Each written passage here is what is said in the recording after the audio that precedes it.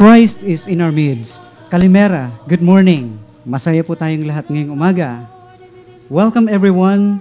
This is your radio program, Boses Ortodoxia, the voice of Orthodoxy. Together with your program host, Father Chrysostom, now on air. Once again, in behalf of His All Holiness Bartholomew I, Patriarch of the Holy Ecumenical Patriarchate of Constantinople, New Rome, also His Eminence Metropolitan Nectarius, Bishop of Hong Kong and Southeast Asia, I give you my paternal, priestly blessing in the name of the Father, and of the Son, and of the Holy Spirit. Amen. Of course, with nowadays modern technology, other regular listeners are also simultaneously listening to us right now via live streaming. Once again, this is your friend in the Lord. This is your brother, your catechist, your shepherd and priest, your spiritual father, Father Chrysostom. Buong puso po na aking pinararating ang pagbati sa lahat ng mga faithful Orthodox sa tanan na mga palangga, na mga kabugtuan na Orthodox, lalo na dyan sa churches in Davao del Sur, under the shepherding of our dear Father Panharios Boreros.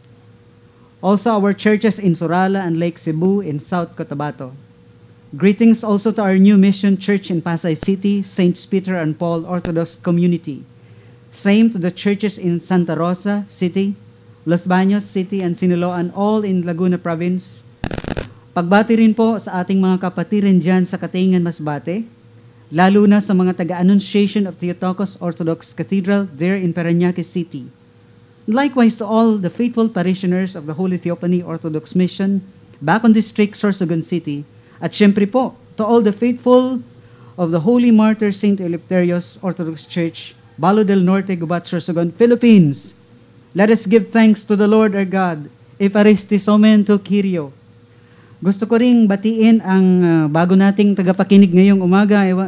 I'm so happy to greet him right now. Greetings as well to Father Jeffrey Jeff Garcia. Father Jeffrey Jeff Garcia and his wife, Presbytera Catherine. In Orthodox names, Father Jeff is Rafael and wife Josephine is Catherine. They're listening dyan sa Crofton, Maryland, USA. Father, good morning here. I just don't know if it is good evening there. How are you today? Good day to both of you. I'm here in Gubat, Sorsogon, broadcasting live, and I hope you are listening right now. I promise that I will be greeting you today. Christ in our midst. Sa mga nakikinig din sa paligid, sa naabot nating broadcast, Preto Diaz, Barcelona, Bulusan, and some parts of Kasiguran and Sorsogon City. At lahat ng taga-Gubat na nakikinig ngayon, sa aking classmate dyan sa Pinuntingan na nakikinig, at sa mga regular listeners natin at mga kapatiran. I'll be reading to you a passage from the letter of St. Jude from the Bible, St. Jude 20-25. Please listen to this and ponder on this message or reading. But you, beloved, building yourselves up on your most holy faith, praying in the Holy Spirit, keeping yourselves in the love of God, awaiting anxiously for the mercy of our Lord Jesus Christ to eternal life, and have mercy on some who are doubting. Save others, snatching others out of the fire, and on some have mercy with fear, hating even the garment polluted by the flesh.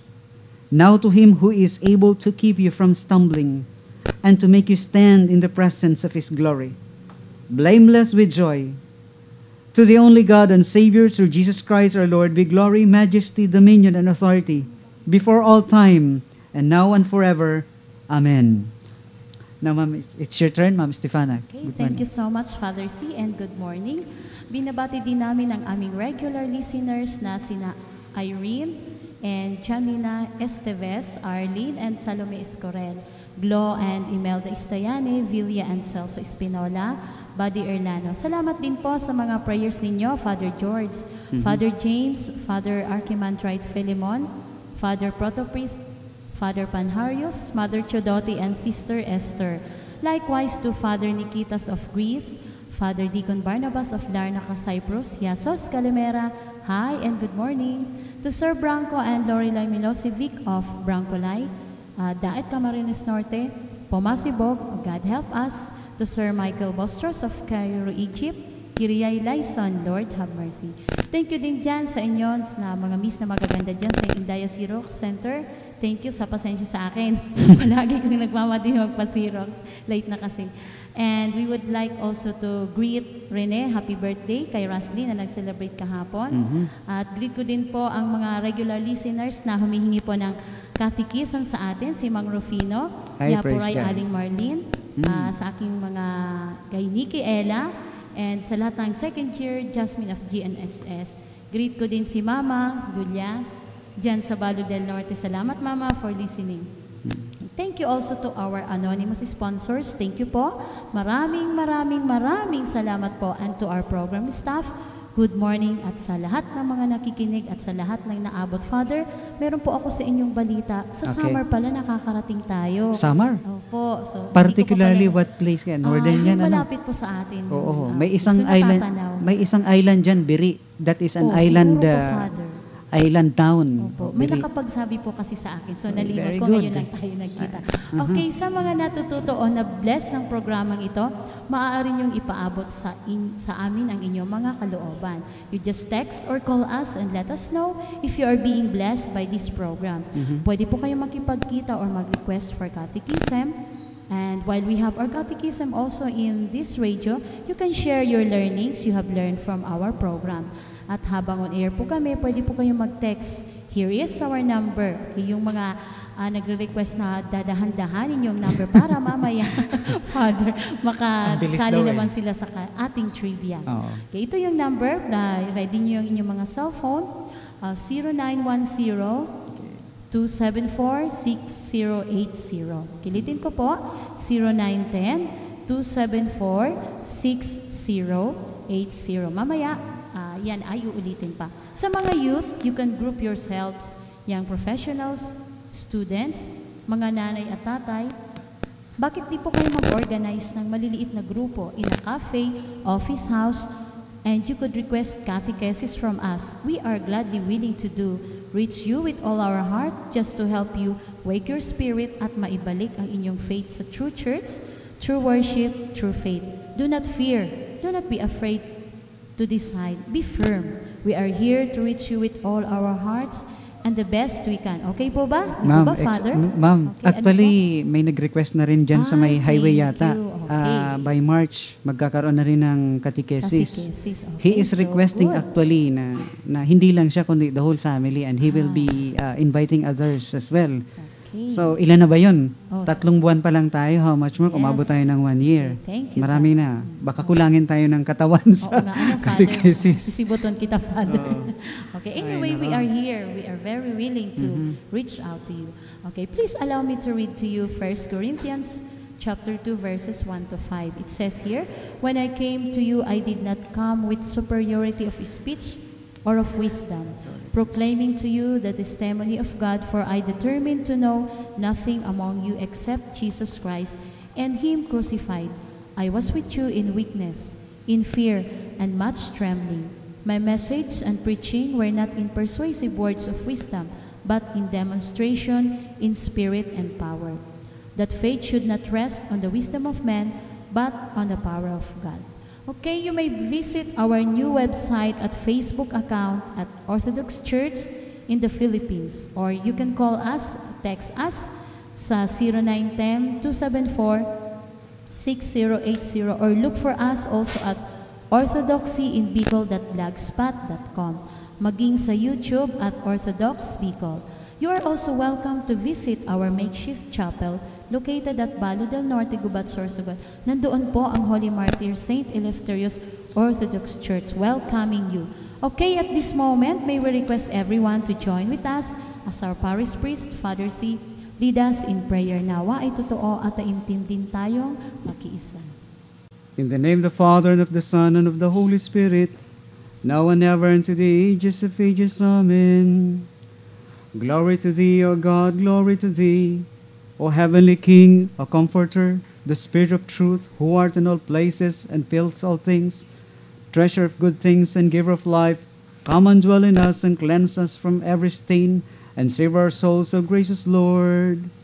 Agios o Theos, Agios Iskiros, Agios Athanatos, eleison imas.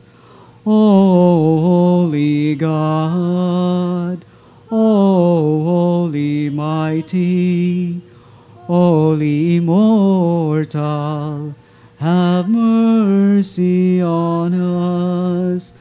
Agios o Theos, Agios Iskiros, Agios Athanatos, eleison imas. Glory to the Father, and to the Son, and of the Holy Spirit, now and forever, and to the ages of ages. Amen. All Holy Trinity, have mercy on us. Lord, cleanse us from our sins. Master, pardon our iniquities. Holy God, visit and heal our infirmities for thy name's sake. Lord have mercy, Lord have mercy, Lord have mercy. Glory to the Father, and to the Son, and the Holy Spirit, now and ever, and to the ages of ages. Amen. Our Father who art in heaven, hallowed be thy name. Thy kingdom come, thy will be done on earth as it is in heaven. Give us this day our daily bread, and forgive us our trespasses, as we forgive those who trespass against us. And lead us not into temptation, but deliver us from evil. For thine is the kingdom, and the power, and the glory of the Father, and of the Son, and of the Holy Spirit, now and ever, and to the ages of ages. Amen. The Nicene Creed together. I believe in one God, the Father Almighty, maker of heaven and earth, and of all things visible and invisible, and in one Lord Jesus Christ, the Son of God, the only begotten, begotten of the Father before all worlds, light of light, very God of very God, begotten, not made, of one essence with the Father, by whom all things were made, who for us men and for our salvation came down from heaven, and was incarnate of the Holy Spirit and the Virgin Mary, and became man, and was crucified also for us under Pontius Pilate, and suffered and was buried. And the third day he arose again according to the Scriptures, and ascended into heaven, and seated at the right hand of the Father. And he shall come again with glory to judge the living and the dead, whose kingdom shall have no end. And I believe in the Holy Spirit, the Lord, and giver of life, who proceeded from the Father, who with the Father and the Son together is worshipped and glorified, who spake with the prophets. And I believe in one holy Catholic and Apostolic Church. I acknowledge one baptism for the remission of sins. I look for the resurrection of the dead, and the life of the world to come. Amen. O Lord Jesus Christ, our God, in thy mercies and loving kindness, thou regardest the humble prayers of all who call upon thee with their whole heart. Incline thine ear, and hear now my prayer offered to thee in humility. Lord have mercy, Lord have mercy, Lord have mercy. Be mindful, O Lord, of thy holy Orthodox Church, Apostolic Church. Confirm and strengthen it, increase it and keep it in peace, and preserve it in unconquerable forever. Lord have mercy, Lord have mercy, Lord have mercy. Be mindful, O Lord, of our Archbishop Nectarius, and of every bishop of the Orthodox Church, the priests, the deacons, and all the clergy of thy church, which thou hast established to feed the flock of thy word, and by their prayers have mercy upon me, and save me a sinner. Lord have mercy, Lord have mercy, Lord have mercy. Be mindful, O Lord, of all civil authorities, of our armed forces, of this community, of this municipality in which we dwell, and of every seat and countryside. Grant them peaceful times, that we in their tranquility may lead in a calm and peaceful life in all godliness and sanctity. Lord have mercy, Lord have mercy, Lord have mercy. Be mindful, O Lord, of those who travel by land, by sea and air, of the old and the young, the orphans and widows, the sick, the suffering, the sorrowing, the afflicted and captives, and the needy poor, and upon them all send forth thy mercies, for thou art the giver of life, of all good things. Lord have mercy, Lord have mercy, Lord have mercy. Be mindful, O Lord, of me, thy humble servant. Grant me thy grace, that I may be diligent and faithful, avoiding evil company and influence, resisting temptation, that I may lead a godly and righteous life, blameless and peaceful, ever serving Thee, that I may be accounted worthy to enter into the kingdom of heaven. Amen.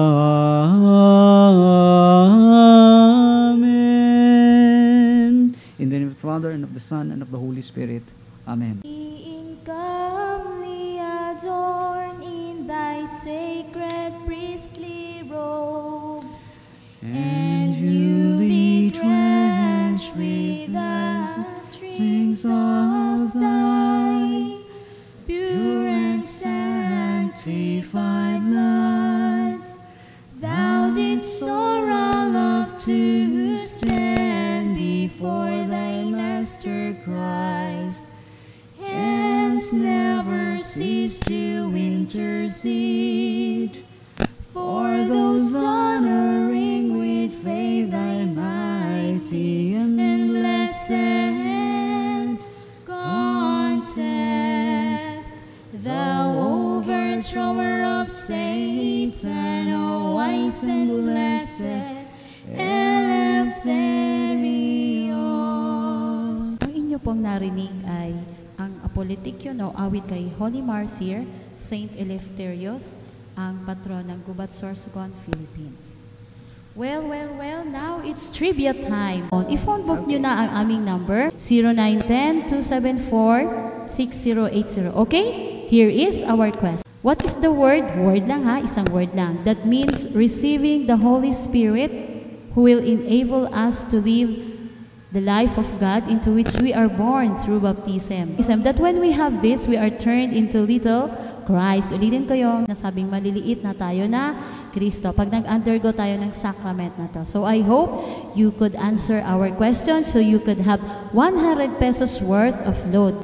Okay, let's take heed to the call of our Green Patriarch, His All Holiness Bartholomew, the first of the Ecumenical Patriarchate of Constantinople, New Rome. In view of this, let's lift up to our God our environment. So tayo po ay mananalangin sa ating pagsamo. Lubos kaming nagpapasalamat, O dakilang Diyos, sa lahat ng iyong nilikha, ang araw, buwan at mga bituin, ilog, lawa, dagat, kabundukan, kagubatan at halamanan, mga hayop at kulisap sa tubigan at katihan, mga isda at ibon, mabangis at maamo, malaki at maliit, ang panahon ng tag-ulan at tag-init, sa araw man o sa gabi. Pinupuri ka namin, O makapangyarihang lumikha, kay rami at kay ganda ng iyong ginawa, O aming Diyos. Sa iyong karunungan, nagawa itong lahat. Subalit kaming pinagkatiwalaang mga laga ng iyong nilikha ngayon ay nagsisisi sa aming pagkukulang at pagmamalabis. Patawarin kami sa ginawa naming pang-aabuso sa iyong mga nilikha, dahil sa aming kapabayaan, kamangmangan at kasakiman. Inaamin namin kami nagwalang bahala at di nagmalasakit sa iyong mga likha, tulad ng pag-aabuso namin sa aming mga sarili. O Panginoon, kailan pa kami mamumulat sa aming mga pagkakasala? Gaano pang tubig at hangin ang aming lalasunin? Ilan pang puno at kabundukan ang aming wawasakin? Gaano pa kalawak na lupain ang aming sisirain? Ilang tao pa ang kailangang magkasakit, magdusa at mamatay? Kailan pa kami matututong magmahal sa kapwa at magmamalasakit sa pag-ibig na aming tahanan? O Panginoon, kinalinga mo ang aming kabayanan at namuhay ka sa aming piling.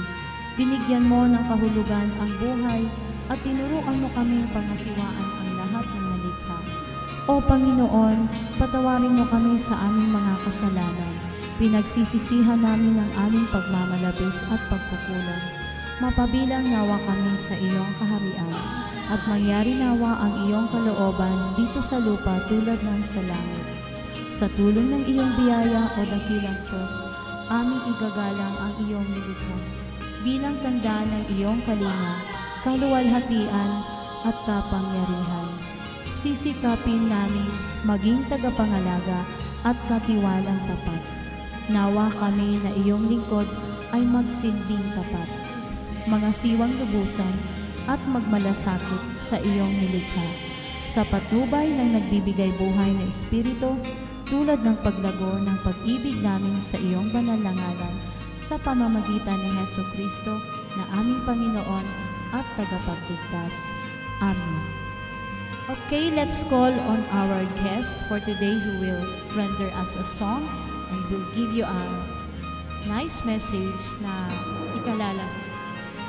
Before kumanta si Irene, binabati natin si Presbyter Mary who is absent today, nasa bahay lang, at karga-karga si Yuanis. Hello baby Ting Dong, Yuanis, si baby.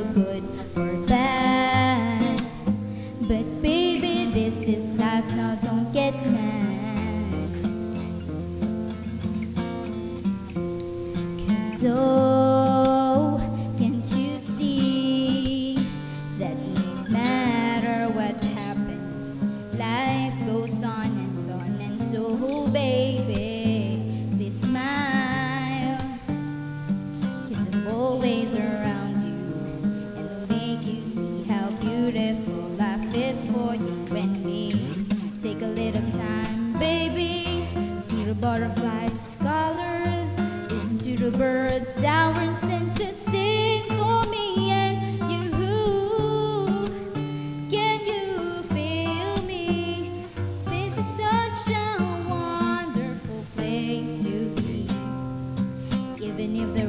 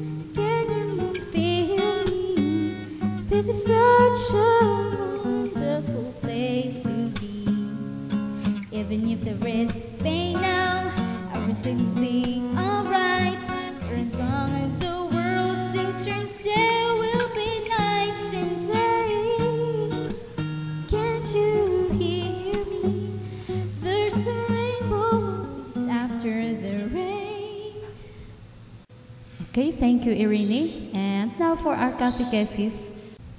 Romans chapter 12 verse 1 says, Brethren, by the mercies of God, present your bodies a living sacrifice, holy, acceptable unto God, which is your reasonable service. Hello po sa inyong lahat dyan. Kalimera, good morning, marhay na aga sa Indogabos. Welcome sa The Voice of Orthodoxy. Sa segment na ito ng The Lives of the Saints, tatalakayin natin ang buhay ni Saint Polycarp, Bishop of Smyrna. Ang kanyang kapistahan ay tuwing February 23. Opo, 23 ngayon. So, kapistahan niya ngayon. Saint Polycarp, Bishop of Smyrna, who was fruitful in every good work, was born in the 1st century and lived in Smyrna in Asia Minor. Siya ay isang orphan at an early age. But at the direction of an angel, inalagaan at pinalaki siya ng isang pious widow, Callista. Subalit nang mamatay ang kanyang nakagisnang ina, Polycarp gave away his possessions. Ipinamigay niya ang kanyang mga ari-arian and began to lead a chaste life, caring for the sick and the infirm. Malapit na kaibigan niya si Saint Bucolus, na isa ring bishop ng Smyrna. Ang kapistahan niya ay tuwing February 6. Si Saint Bucolus ordained Polycarp as deacon, entrusting to him to preach the word of God in church. He also ordained him to the holy priesthood. The Holy Apostle John and theologian was still alive at this time. Saint Polycarp was especially close to Saint John and sometimes accompanied him on his apostolic journeys. Shortly before his death, Saint Bucolus expressed his wish that Polycarp be made Bishop of Smyrna. When Saint Polycarp was consecrated as a bishop, the Lord Jesus Christ appeared to him. Saint Polycarp guided his flock with apostolic zeal, and he was also greatly loved by the clergy. Saint Ignatius, the God-bearer of Antioch, also had a high regard for him. Setting out for Rome, where execution awaited him, he wrote to Saint Polycarp, "This age is in need of you, if it is to reach God, just as pilots need winds, and as a storm-tossed sailor needs a port." The Emperor Marcus Aurelius, on the year 161 to 180, came to the Roman throne and started up a most fierce persecution against Christians. The pagans demanded that the judge search for the Saint Polycarp, the father of all the Christians and the seducer of all Asia. Having been brought to trial, Saint Polycarp firmly confessed his faith in Christ and was condemned to burn alive. Ang mga berdugo nais siyang ipako, pero sinabi niyang siya'y binigyan ng sapat na lakas ng Diyos upang harapin ang pagsubok. So, they could merely tie him with ropes. The flames encircled the saint but did not touch him, coming together over his head in the shape of a vault. Seeing that the fire did him no harm, the pagans stabbed him with a dagger. Maraming dugo ang lumabas sa kanya, kung kaya it extinguished the flames. The body of the hero martyr Polycarp was then cremated. The Christians of Smyrna reverently gathered up what remained of his holy relics, and each year they celebrated the day of the martyrdom. Okay po, mga kaibigan, naway nabigyan nabigay sa inyo ng inspirasyon ang buhay ni Saint Polycarp, Bishop of Smyrna. Susunod po ang katikismo ni Father Chrysostom. Pero makinig po muna tayo sa review ng katikismo noong nakaraang Sabado at sa pagpapatuloy ng topic of about the seven sacraments. Okay, since na si Presbytera Mary ay may importanteng inasikaso, ako rin po ang magre-review ngayon. Natalakay ang sacrament of chrismation or confirmation. It is administered immediately following baptism as in the early church. It is considered the fulfillment of baptism. Human nature purified by baptism is made ready to receive the manifold gifts of the Holy Spirit. Chrismation is receiving the Holy Spirit who will enable us to live the life of God, in which we are born through baptism. Okay, sa pagpapatuloy ng topic na seven sacraments, tatalakayin na ni Father Chrysostom ang pangatlong sacrament, ang sacrament ng penance or confession. My dear brothers and sisters, let us listen to Father Chrysostom. Good morning once again to all our regular listeners. Once again, I am Reverend Father Chrysostom Sarmiento.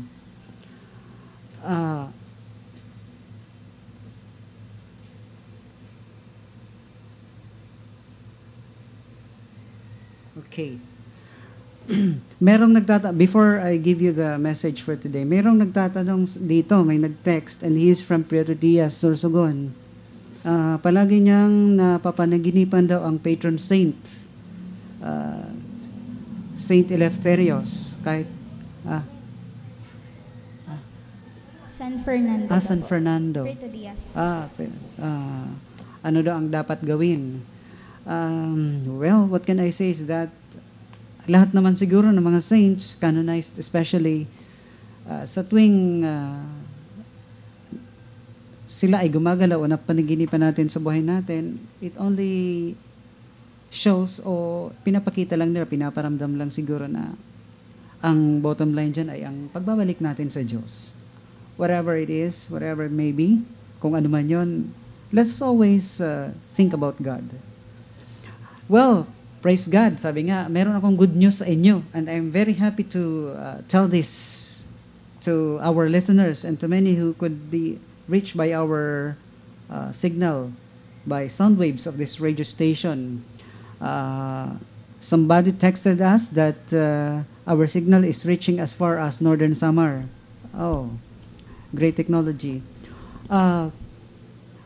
Makikita natin how really God moves in our lives na bagamat hindi natin agad naintindihan ang kanyang ginagawa, ang kanyang mysteries, most of the time God moves in a silent way na hindi natin kaagad nakikita ang resulta. Pero pag nag-reveal na siya ng kanyang mga ginawa, great things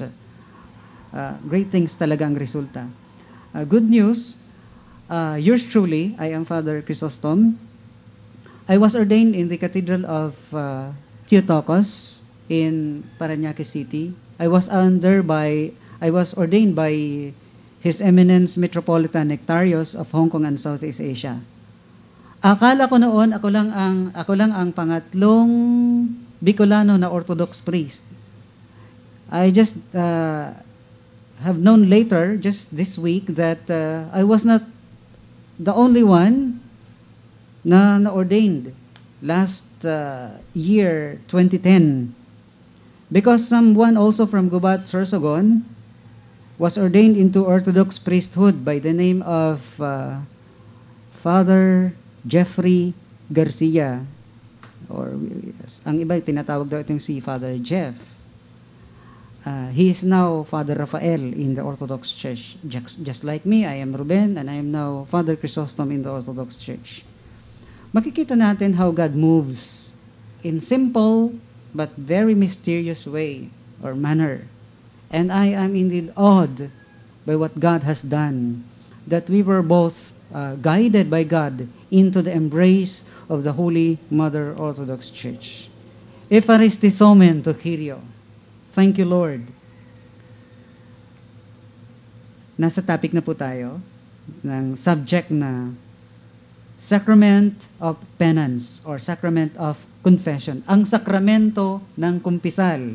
Sa Orthodox Church po ba may kumpisal? Meron po. Saan nagkukumpisal? Kanino? Sa pare. The holy mysteries, which are divinely instituted ceremonies that deliver by visible means, mysteriously transmitted invisible grace. Ang mga bagay-bagay na nasa spiritual na ginaganap sa pamamagitan ng mga natural na mga bagay-bagay. Thus, it is the sacrament, when they are worthily received, become instruments, meaning or means of transmission of divine grace. Kapag kayong sakramento ay na-administer ng mabuti at ito naman ay tinanggap ng mabuti ng receiver o recipient, dito po gumagana, dito umuobra ang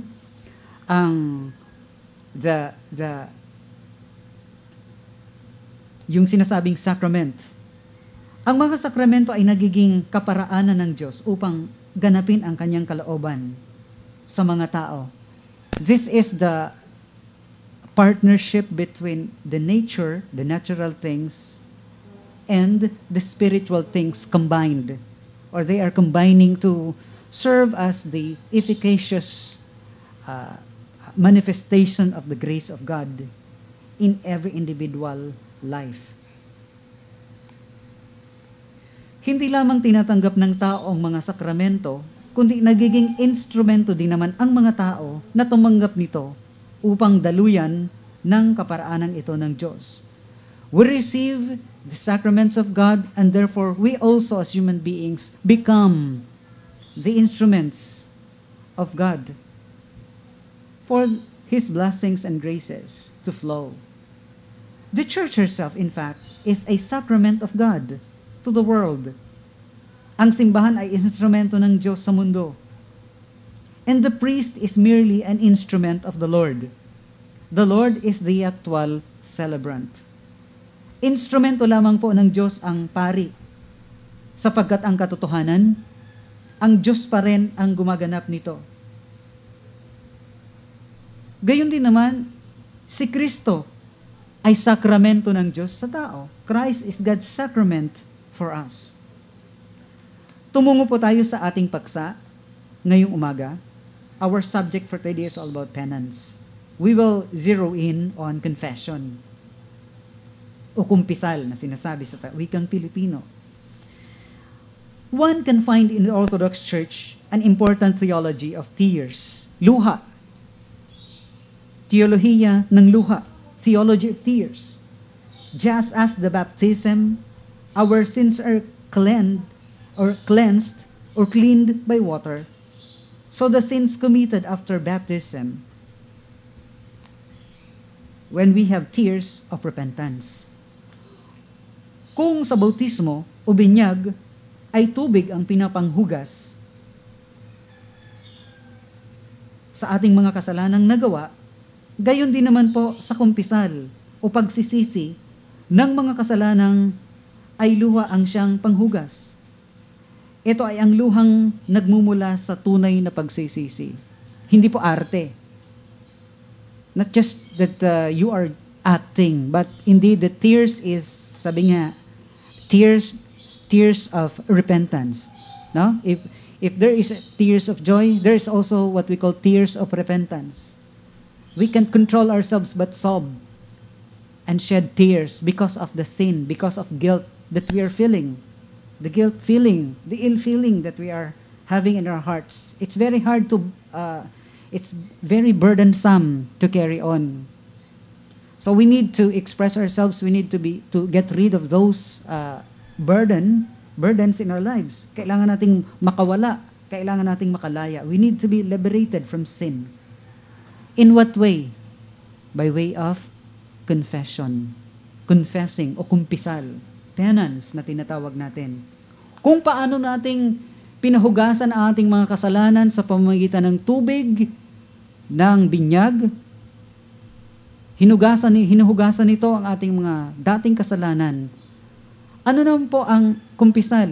Ito ay ang paghuhugas din. This is also the washing of our sins after baptism. We need confession. We still commit sin after baptism.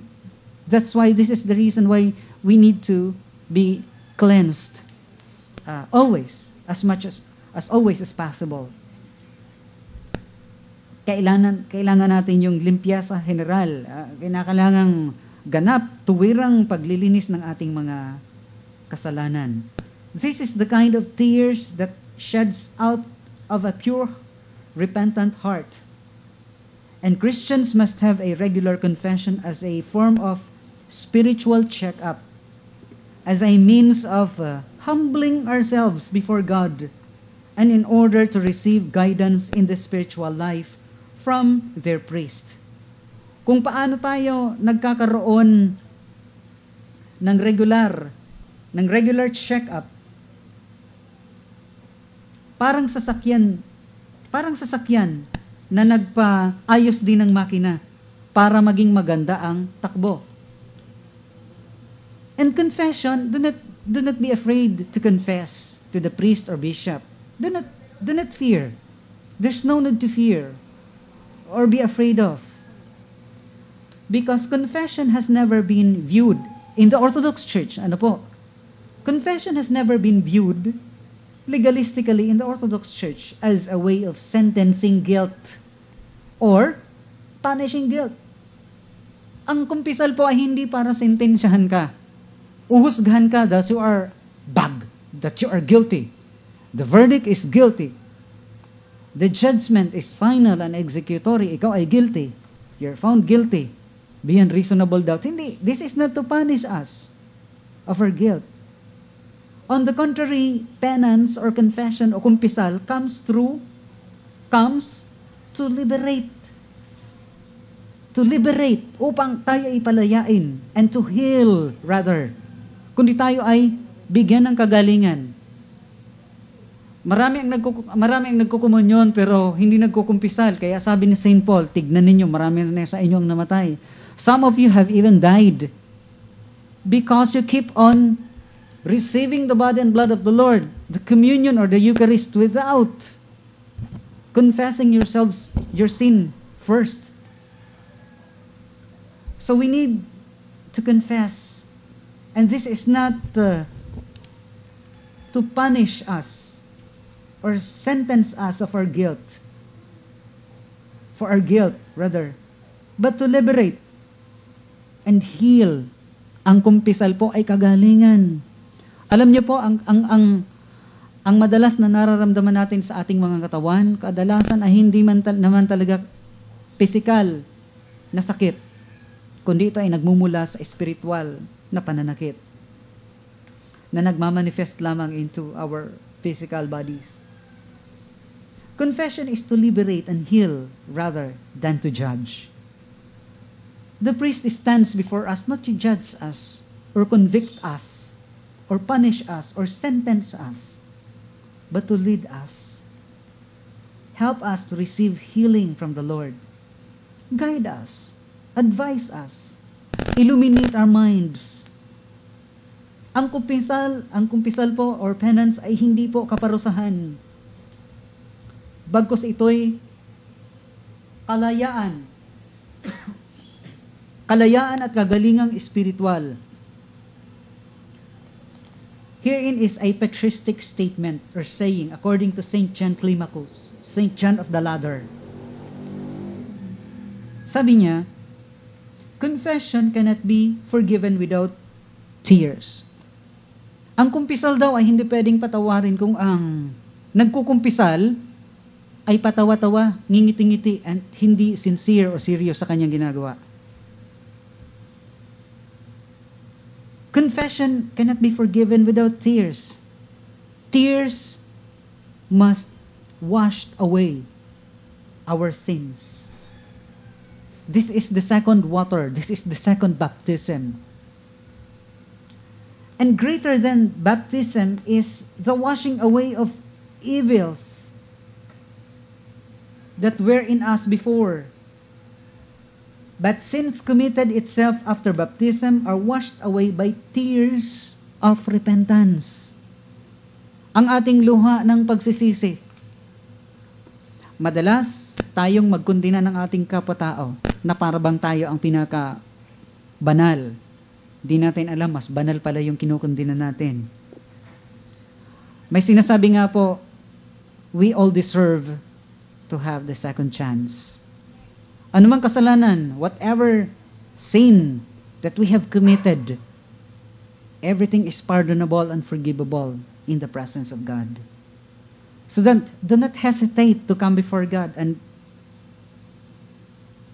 speak, confess your sin. Ikumpisal natin ang ating mga kasalanan at huwag nating kamatayan na tayo ay tangay-tangay, pasan-pasan pa rin natin ang ating mga kasalanan. Ang ating mga kasalanang nagawa na bago pa man ang binyag o bautismo, ay hinugasan ng tubig sa binyag, habang ang ating mga nagawang kasalanan, matapos ang binyag, ay nahuhugasan naman ng mga luha ng tunay na pagsisisi. Baptism is received in infancy. We have defiled it, but we cleaned it anew with tears. During confession or penance, the priest is the only witness, or rather is only a witness, and not as a judge. Tumatayo sa ating harapan ang pare. At hindi po sa kumpisaryo po, walang kulungan, walang kumpesyonaryo na may nakakulong kayo. Ang kumpisal po sa Orthodox Church ay ganito. Nakaharap ka sa altar at sa gitna mo at ng altar ay ang pare. At hindi siya nakaharap sa iyo. Nakaharap siya in between altar and you. Hindi siya nakatingin sa iyo. Ibig sabihin, he is just an instrument of God. So baptism is received in infancy, and we have defiled it, but we clean it anew with tears. So take care then, lest, having come to a physician, you depart unhealed. Ingatan po nating mabuti na tayo'y umalis mula sa doktor na di nalunasan ang ating sakit, sanhi ng di nating pagtatapat ng ating tunay na sakit.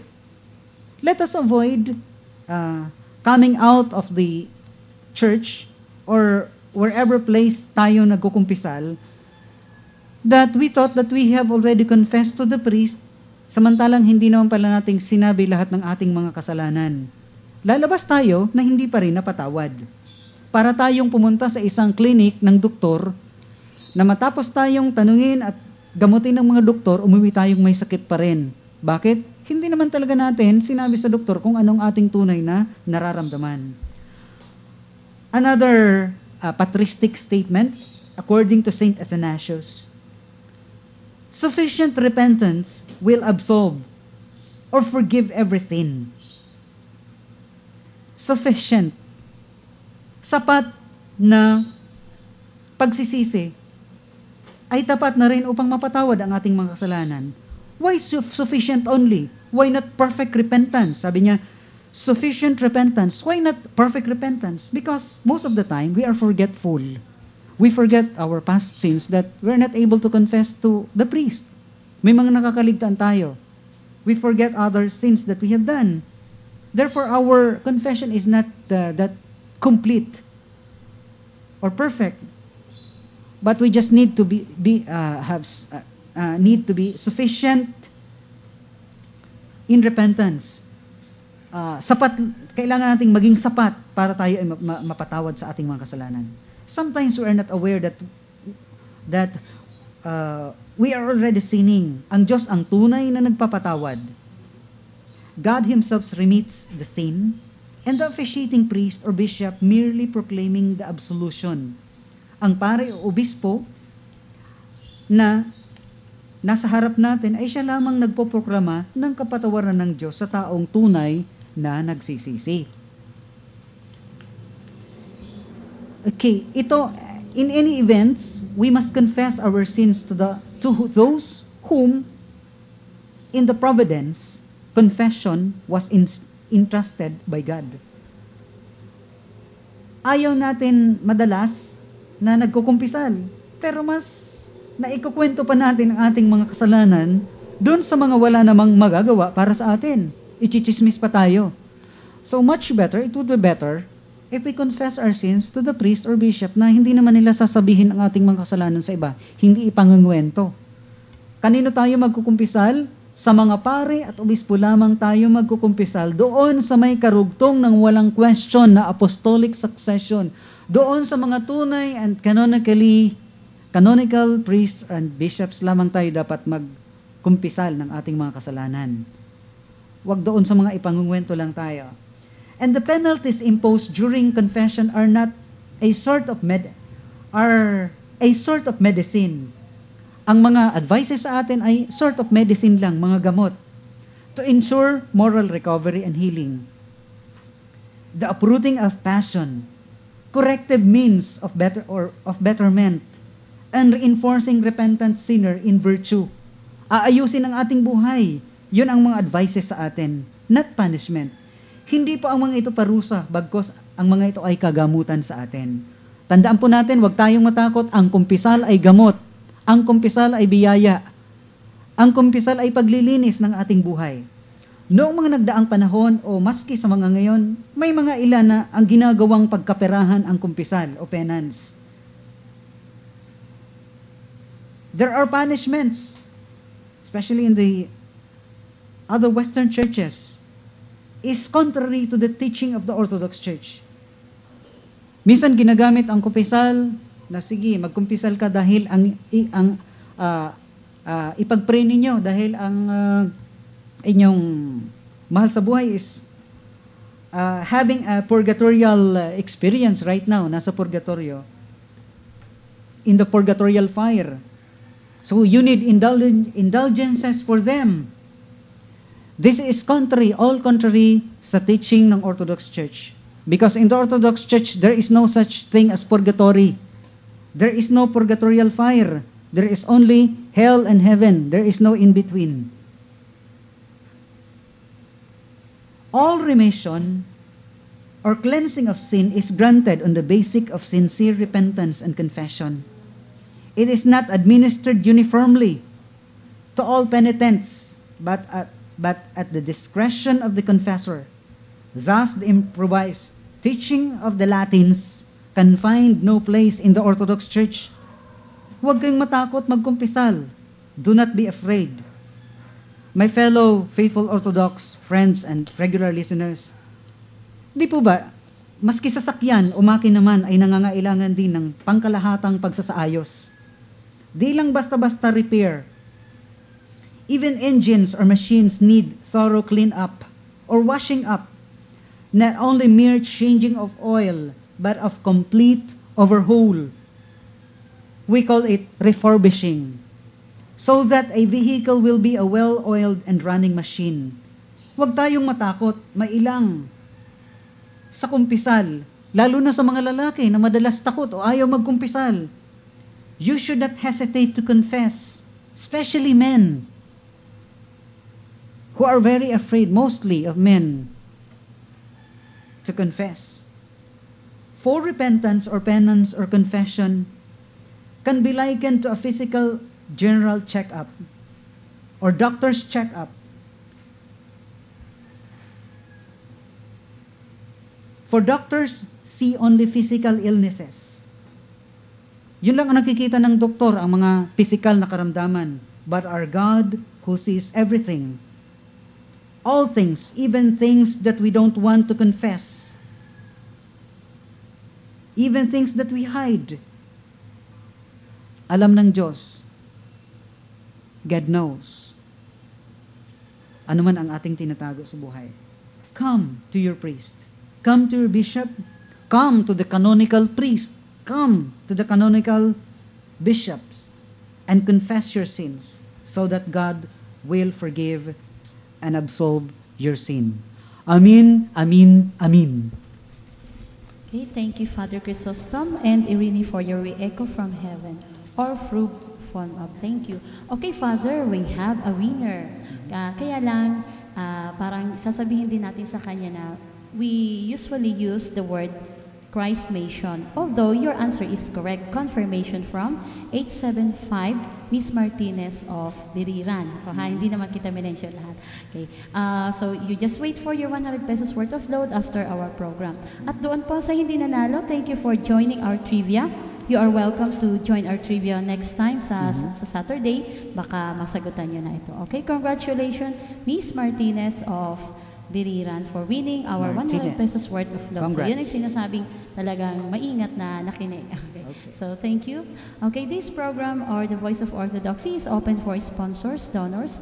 At yung 30 minutes lang po natin ng ating catechesis over the radio ay hindi po sapat, di po ba? Kaya po ang panawagan namin ay pwede po kayo mag-request for catechism or you can invite us sa inyong mga bahay or you can visit us sa aming chapel and you can observe us during our liturgy. So sisikapin po namin kayo ay gabayan sa inyong spiritual journey towards the true faith, true worship, and true church. The Holy Mother Orthodox Church.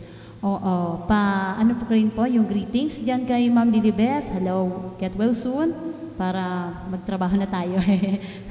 Sa Lunes pala, working holiday, yung mga estudyante lang yung wala. Okay, so we are inviting you. Come to us. And okay, let's call for Father Chrysostom Sarmiento for more additional message po. Father? Yes, of course, we want to see you. Magkita-kita po tayo kung gusto ninyo. Thanks to all donors, benefactors of the program. Maging mga first-timers to listen to our program. God bless your efforts. Magbunga nawa ito sa inyo. Let's meet on air again next Saturday at the same time. Hebrews 3:15 says, "Today if you hear His voice, do not harden your hearts. My hope is the Father, my refuge is the Son, my protection is the Holy Spirit. Holy Trinity, glory to Thee." Say Agopoo, I love you. This is the Voice of Orthodoxy, and Father Chrysostom Sarmiento now signed off. God is the Lord and has revealed Himself to us.